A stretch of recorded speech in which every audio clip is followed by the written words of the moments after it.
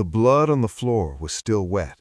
1952, a basement in Queens, 2:17 a.m. Raymond "Red" Carter hadn't come home in 3 days. His wife had called everyone, checked every hospital, begged every cop she knew. Nobody had answers. But Bumpy Johnson knew. The moment Illinois Gordon handed him the photograph, Bumpy knew exactly what had happened and exactly what he was going to do about it. The photograph showed Red tied to a chair, his face beaten, one eye swollen shut, his signature red suspenders torn and bloody. Behind him, 3 men in white hoods. And pinned to Red's chest, a message written in block letters. "Your kind doesn't run Harlem. We do. Come find him if you dare." Red Carter was more than Bumpy's closest ally. He was his first friend in Harlem, the man who'd stood beside him through every war, every battle, every impossible situation for 22 years. Red had saved Bumpy's life 4 times, had taken a bullet meant for him in 1938, had walked into certain death beside him in 1947. They weren't just partners, they were brothers. Bumpy stared at the photograph for a full minute, his face showing nothing. Then he spoke, his voice so quiet that Illinois had to lean closer to hear. "How did they get him?" Illinois pulled out his notes. Tuesday night, 11:30 p.m., Red was walking home from Minton's Playhouse. Someone called out, said there was a drunk man in the alley who needed help. Red went to check, being Red. 4 men jumped him. Witnesses said they were white, wore work clothes, had a van waiting. They were professionals, planned it for weeks. Who are they? New KKK cell, different from the ones in 46. These are organized, funded, connected to politicians, call themselves the Northern Order, about 40 members across New York. Their leader is a man named Gerald Hutchins, rich family, owns 3 factories, respectable by day, monster by night. He's the one who ordered Red's kidnapping. Bumpy set the photograph down carefully. Where are they holding him? We don't know yet, but boss, they left a second message. Illinois handed over a note. It read, "Ellsworth Johnson, you think you're untouchable. You think Harlem belongs to you. We're going to teach you a lesson. Your friend dies Friday at midnight, publicly, in front of his family, in front of Harlem. And if you try to stop us, we'll burn down 135th Street and everyone on it. You have 48 hours to decide. Surrender Harlem to white rule, or watch everything you love burn. Choose wisely. The Northern Order never bluffs." The note was signed with a drawing of a burning cross. Bumpy read it twice, then looked up at Illinois. They think they're dealing with the Bumpy Johnson from 1946, the one who reacted with rage, who burned warehouses, who answered terror with more terror. Aren't we? No, because this time I'm not just going to destroy them, I'm going to make them destroy themselves. Bumpy stood, walked to his window overlooking Harlem. Get everyone, Willie, Marcus, Quick, Jackson, and get me someone who can make a recording, a very specific recording. Illinois looked confused. Boss, Red's got maybe 36 hours. We don't have time for... Trust me. Bumpy turned from the window. His eyes held something Illinois had never seen before. Not rage, strategy. We're going to disband the entire Northern Order by Friday midnight. Every member, every supporter, every connection. And we're going to do it with 15 words whispered in a basement. Gerald Hutchins was 43 years old, second-generation money, Yale educated, married with 3 children. During the day, he ran Hutchins Manufacturing, employed 300 people, donated to charities, attended church every Sunday. At night, he led the Northern Order, 40 men dedicated to driving coloreds out of positions of power in New York City. Gerald believed in strategy over violence.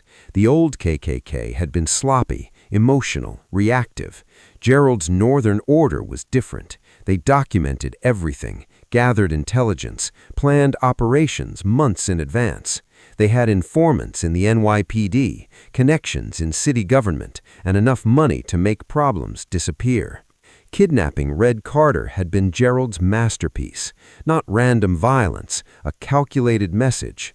Bumpy Johnson controlled Harlem through fear and loyalty. Gerald would break both by proving that Bumpy couldn't protect even his closest friend. On Wednesday morning, Gerald visited Red in the basement where they were holding him. Red's face was a mess, but his eyes were still defiant. "You're wasting your time," Red said through split lips. "When Bumpy finds me, and when he does—" "When he does what?" Gerald interrupted, pulling up a chair. "Burn down another warehouse? Kill a few more of us? We've studied your boss, Mr. Carter. We know how he thinks. He's predictable. He'll come with guns and rage, and we'll be ready. We have 40 men, Mr. Carter, all armed, all prepared. Your Bumpy Johnson might run Harlem, but he can't fight a war against the entire Northern Order." Red smiled, despite the pain. "You really don't know him at all." "We know enough. By Friday, either Bumpy surrenders control of Harlem's criminal operations to white leadership, or we hang you from a street lamp on 125th Street while your wife and daughters watch. Then we burn down every black-owned business from 110th to 145th. We're not the scared, disorganized Klan of 1946. We're the future of white America, taking back what belongs to us." Red spit blood on the floor. "The future? You're the past, and the past always dies." Gerald stood up. "We'll see who dies on Friday, Mr. Carter. We'll see." Wednesday afternoon, Bumpy's office. 5 men sat around the table: Illinois, Willie, Quick, Jackson, and a 6th man nobody expected to see, Detective Robert Walsh, the same cop who'd found Thomas Johnson hanging in 1946. "You called me," Walsh said nervously. "After 6 years of not speaking, you called me." "I need information," Bumpy said, "and you need something too." "What would I need from you?" "Redemption." Bumpy slid a folder across the table. "This is the Northern Order, 40 men, including 3 NYPD officers on their payroll, 2 city councilmen, and 1 district attorney's assistant. They've been operating for 2 years. You knew about them. Your department knew, and you did nothing." Walsh opened the folder, his face going pale as he saw the names, the documentation, the evidence. "How did you—" "How isn't important. What matters is, the Northern Order kidnapped Red Carter. They're going to kill him Friday at midnight unless I surrender Harlem. But I'm not interested in surrendering, and I'm not interested in starting a war. I'm interested in ending them, permanently, completely, and you're going to help me." "Why would I help you?" Bumpy leaned forward. "Because in 1946, you called Thomas Johnson's lynching a suicide. You looked away. You let murderers walk free, and you've lived with that every day since. I can see it in your eyes, Detective. You're a good cop in a corrupt system. You want to do right, but the system won't let you. So here's your chance. Help me destroy the Northern Order, or spend the rest of your career knowing you let them kill another innocent man." Walsh was quiet for a long moment. Then, "What do you need?" "Gerald Hutchins. Where does he live? Where does he work? Where does he feel safest?" "Why?" "Because I'm going to visit him, and I'm going to have a conversation. And after that conversation, the Northern Order will cease to exist." Walsh pulled out a notepad, started writing.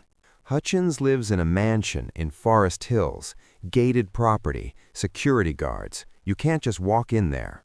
"I'm not walking in. He's going to invite me." Thursday morning, Gerald Hutchins arrived at his office at Hutchins Manufacturing to find an envelope on his desk. No return address. Inside, a single photograph. Gerald's 3 children walking to school, taken that morning, and a note. "We need to talk. Come alone to Minton's Playhouse tonight at 8 p.m. Or tomorrow morning, I send my men to your children's school. Your choice, Bumpy Johnson." Gerald's hands shook as he held the photograph. This was impossible. His home was guarded. His children were protected. How had Johnson gotten this close? He called an emergency meeting of the Northern Order's leadership. 7 men gathered in his office. "Johnson threatened my children," Gerald said, showing them the photograph. "So we moved them, put them somewhere safe. And then what? Live in fear? The whole point of kidnapping Carter was to prove we're stronger than Johnson. If we hide, we look weak. So what do you want to do?" Gerald stared at the photograph. "I'm going to meet him, tonight at Minton's." "That's exactly what he wants. It's a trap." "Of course it's a trap, but I'll bring 10 men, armed, hidden around the club. If Johnson tries anything, we kill him. And if we kill Bumpy Johnson, Harlem falls apart overnight." The men looked at each other. The logic was sound. Without Bumpy, the entire power structure of Harlem would collapse. "Do it," one of them said. "But be careful. Johnson survived this long for a reason." Thursday, 8 p.m. Minton's Playhouse was nearly empty. Just a few customers, the bartender, and a jazz trio playing quietly on stage. Gerald entered through the front door, 10 of his men positioned outside and in nearby buildings, all armed, all watching. Bumpy sat alone at a corner table. No bodyguards, no weapons visible, just a glass of whiskey and that calm, unreadable expression that had intimidated men for decades. Gerald walked over, sat down across from him. "You threatened my children." "I sent you a photograph. That's not a threat. That's information. I wanted you to understand how easy it would be, how I could reach them any time I wanted. But I didn't. Do you know why? Enlighten me." "Because I'm not a monster, Mr. Hutchins. You are. But even monsters can be reasoned with." Gerald laughed. "You think you can reason with me, after everything? We have your friend. We have 40 armed men ready to go to war. What could you possibly say that would make me back down?" Bumpy took a sip of whiskey. "I could tell you that if you kill Red, I'll kill everyone you love. Your wife, your children, your parents, your siblings, everyone, slowly, publicly. I could promise you that the Northern Order would be hunted down one by one until not a single member remains alive. I could threaten you the way you threaten others. But threats are boring. They're what scared men use, and I'm not scared, Mr. Hutchins. I'm patient. So instead of threats, let me offer you a real choice." "I'm listening." Bumpy reached into his coat. 10 men outside tensed, hands on weapons, ready to fire. But Bumpy only pulled out a small recording device. He set it on the table. "This is a recording, 43 minutes long. Before you decide to kill Red, before you commit to war, I want you to listen to it. Just listen. If after hearing it you still want to fight, then we fight. Red dies and Harlem goes to war.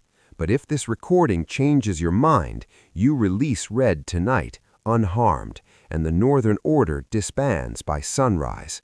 Those are the terms." Gerald stared at the recording device. "What's on it?" "The truth. The one thing you've been running from your entire life." "This is ridiculous. I'm not—" Bumpy interrupted. "You came here because you're curious, because deep down you know something is wrong. You know that the hatred you carry isn't really about race or power or territory. It's about something else, something you've buried so deep you can't remember what it feels like to be human anymore." Gerald's jaw tightened. "You don't know anything about me." "Don't I?" Bumpy pushed the device closer. "Listen to the recording. If I'm wrong, you lose nothing. If I'm right, you save your soul.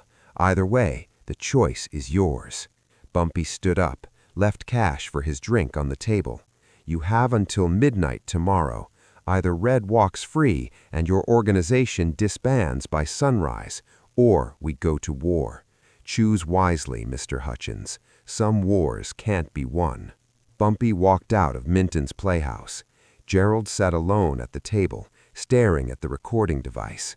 His men were outside, waiting for orders. He could destroy the device, could call this whole thing psychological warfare, could proceed with the plan to kill Red Carter and burn Harlem. but something in Bumpy's eyes had unsettled him. Not fear, not rage, certainty. Like Bumpy knew something Gerald didn't. Like this recording contained information that would change everything. Gerald picked up the device, pressed play. The recording started with a woman's voice, elderly, gentle, tired. "My name is Helen Hutchins. I'm 71 years old. I'm recording this statement of my own free will because I need to say something before I die. Something about my grandson, Gerald." Gerald froze. His grandmother had died 3 years ago. How did Bumpy... The recording continued. "Gerald's father, my son Marcus, was a cruel man, violent, angry. He beat his wife, beat his children, made their lives hell. And when Gerald was 15 years old, something happened, something Marcus never wanted anyone to know." Gerald's hands were shaking now. This wasn't possible. Nobody knew about. Helen's voice continued. "Gerald fell in love with a boy named David, a sweet, kind, intelligent black boy who lived 3 blocks away. They were best friends, and then they were more than friends. For 6 months, Gerald and David saw each other in secret. Gerald was happy, genuinely happy, for the first time in his life."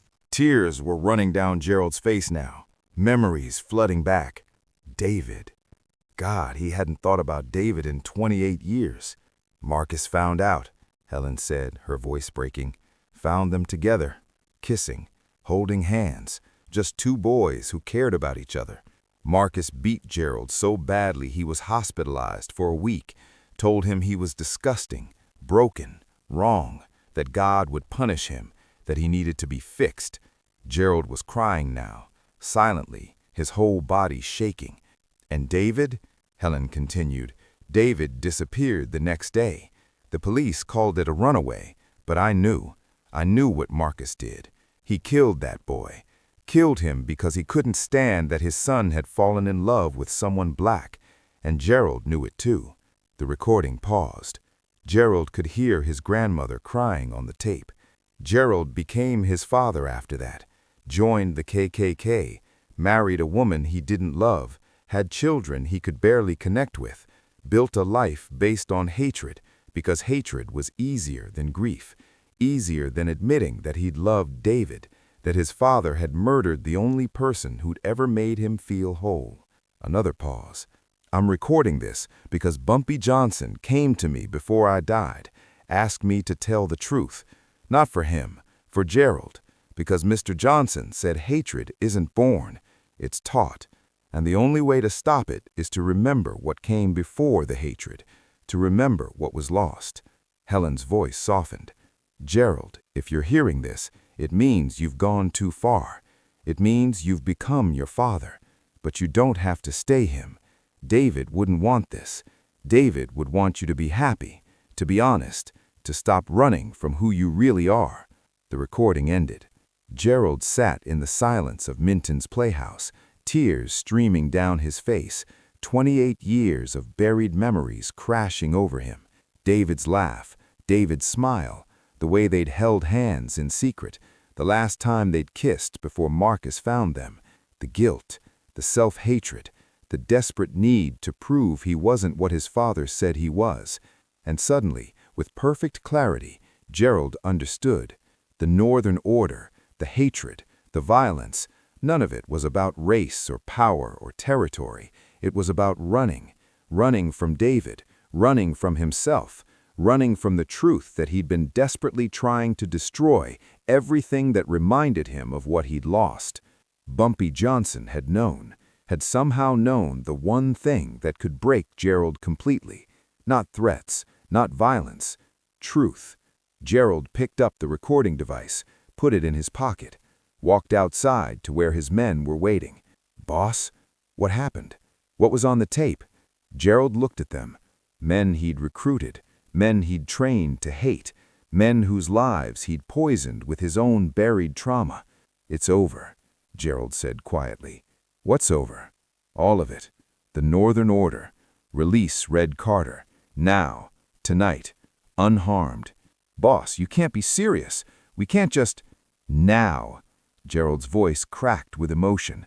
"Now, or I swear to God I'll burn down every plan we've ever made. This ends tonight." The men looked at each other, confused, but they knew better than to argue with Gerald when he used that tone. 2 hours later, Red Carter walked through the door of his home, beaten but alive. His wife screamed, ran to him, held him while he sobbed with relief. At midnight, Gerald Hutchins stood in front of 40 men in the warehouse where the Northern Order held meetings. He'd called an emergency gathering, every member present. "I'm disbanding the Northern Order," Gerald announced, effective immediately. "Burn your robes, destroy your records, forget this ever existed." The room erupted in protest. "You can't just... We've worked for years to... What about everything we've built?" Gerald held up his hand. Silence fell. When he spoke, his voice was different, softer, human. "I'm not the man you think I am. I've been lying to you, to myself, for 28 years. Everything I taught you about hatred, about superiority, about needing to control others, it was never real. It was just me running from something I couldn't face. And tonight, I finally faced it." "What are you talking about?" "It doesn't matter. What matters is this. Hatred destroys everything it touches. I know because it destroyed me. It killed the person I loved. It turned me into my father. It made me capable of kidnapping and torturing a man whose only crime was loyal to his friend. And I'm done. I'm done running. I'm done destroying. I'm done." One of the men stood up, angry. "So we just give up? Just let the coloreds take over New York?" Gerald looked at him, really looked at him, saw a young man full of rage he didn't understand, hurting in ways he couldn't name, looking for someone to blame. "The world isn't taking anything from you," Gerald said quietly. "That's the lie I told you, the lie my father told me. The truth is, hatred costs everything and gives nothing. It takes your humanity, your joy, your ability to love, and in the end, you're just empty, just alone, just broken. This is because of Bumpy Johnson, isn't it? He threatened you, scared you.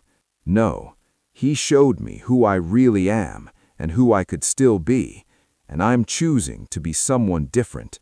Gerald walked to the door, paused. "Any of you who want to continue down this path, go ahead, but you'll do it without me, and I promise you, it ends the same way it was about to end for me. Empty, alone, broken. Choose better." He left. Behind him, the 40 men sat in confused silence. Then one by one, they started to leave too. Some angry, some confused, but all of them uncertain in ways they'd never been before. By sunrise, the Northern Order had disbanded, completely. 40 men who dedicated themselves to hatred woke up Friday morning not knowing who they were anymore. Some would return to regular lives, some would join other hate groups, but the organization Gerald had built, with its structure and funding and connections, was gone. Red Carter stood in Bumpy's office Friday afternoon, still bruised, still processing everything that had happened. "How did you know?" Red asked. "About Hutchins and the boy? About his grandmother?" "I didn't at first," Bumpy admitted, "but when I investigated him, talked to people who knew his family, the pieces came together. His grandmother had tried to tell people before she died. Nobody listened, but I did. I listened because I understood something the Northern Order didn't." "What's that?" Hatred isn't the opposite of love. It's love turned inside out. Gerald Hutchins didn't hate black people. He hated himself. He hated what loving David cost him. He hated that his father murdered the person who made him happy. And instead of grieving, he became his father. Instead of healing, he spread the same poison that destroyed his life. Red sat down, wincing at his bruised ribs. "You could have just killed him, burned down their warehouse like in '46. "I could have, and 40 men would become 40 martyrs, would inspire 400 more. Violence stops threats, but truth ends them. Gerald Hutchins isn't going to start another hate group. He's going to spend the rest of his life trying to remember who he was before his father broke him. And the men who followed him, they're all asking themselves questions they never asked before. That's how you actually win. When did you become so wise? Red asked with a slight smile. Bumpy looked out his window at Harlem. 1946, when Thomas died. I learned that rage burns hot and fast, but strategy, patience, understanding the real wound underneath the violence, that's what changes things permanently. The story of Gerald Hutchins and the Northern Order became legend in Harlem, though most of the details remained secret. People knew that Red Carter had been kidnapped, knew that Bumpy Johnson had somehow gotten him back without firing a single shot, knew that the Northern Order had disbanded overnight. What they didn't know was the recording, the conversation, the 15 words that changed everything. I'm recording this because Mr. Johnson said that hatred isn't born, it's taught. Those 15 words, spoken by a dying grandmother to her grandson, contained more power than 40 armed men, more truth than violence could ever deliver. In 1967, a journalist interviewing Bumpy about his life asked about the Hutchins incident. Mr. Johnson, you've said before that sometimes violence is the only answer to violence.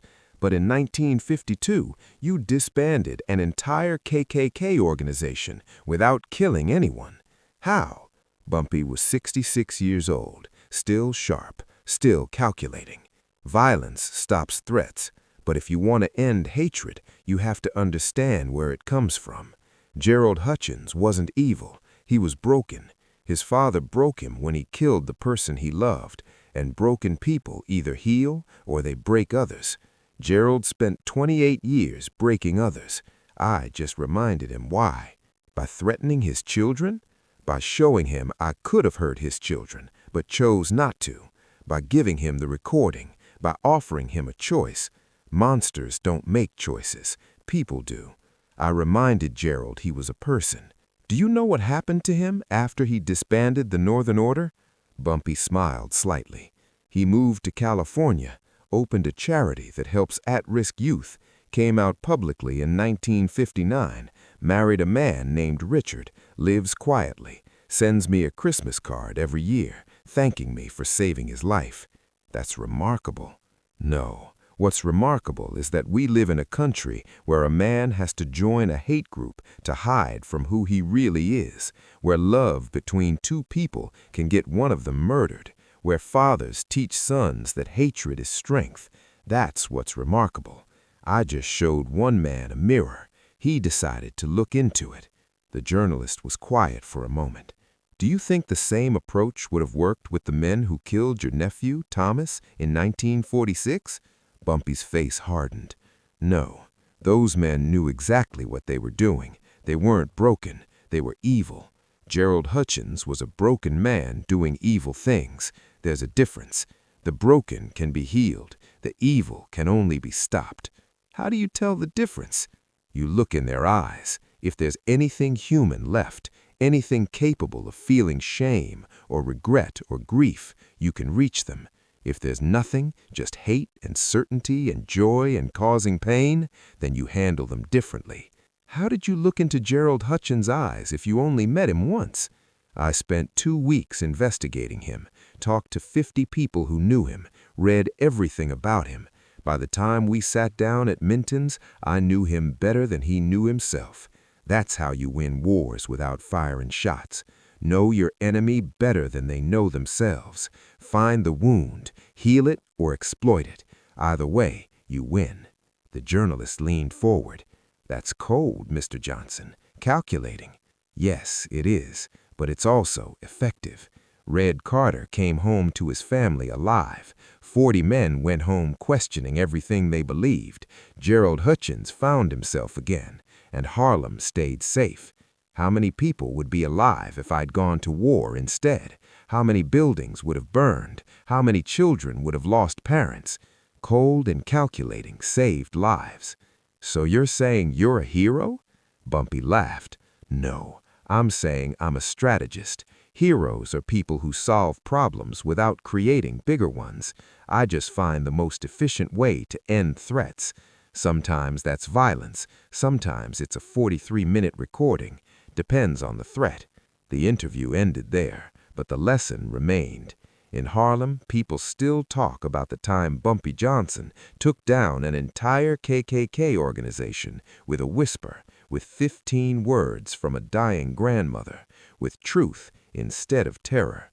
Red Carter lived another 25 years, died peacefully in his sleep in 1977, surrounded by family. At his funeral, Bumpy stood and told the story for the first time publicly. About the kidnapping, about the Northern Order, about Gerald Hutchins and the recording, and how one conversation changed everything.